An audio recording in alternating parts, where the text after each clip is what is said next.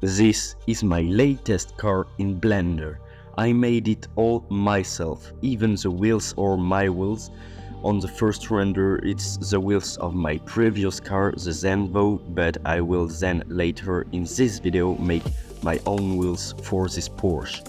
This is the 911 Carrera 4. I don't know if I have to say other specifications of that, but I used the professional references from their website to build my own, so it's accurate normally. You can see that it's way better than my previous cars because it's way cleaner.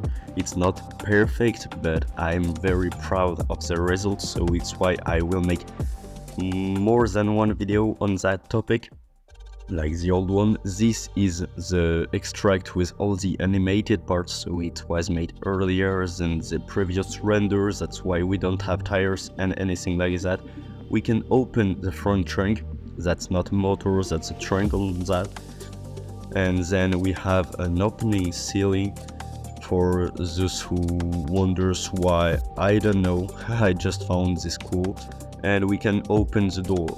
All these things I've added are professional things on their website, like the air is not the normal one, but it's a professional. And those are the renders, I leave you with them.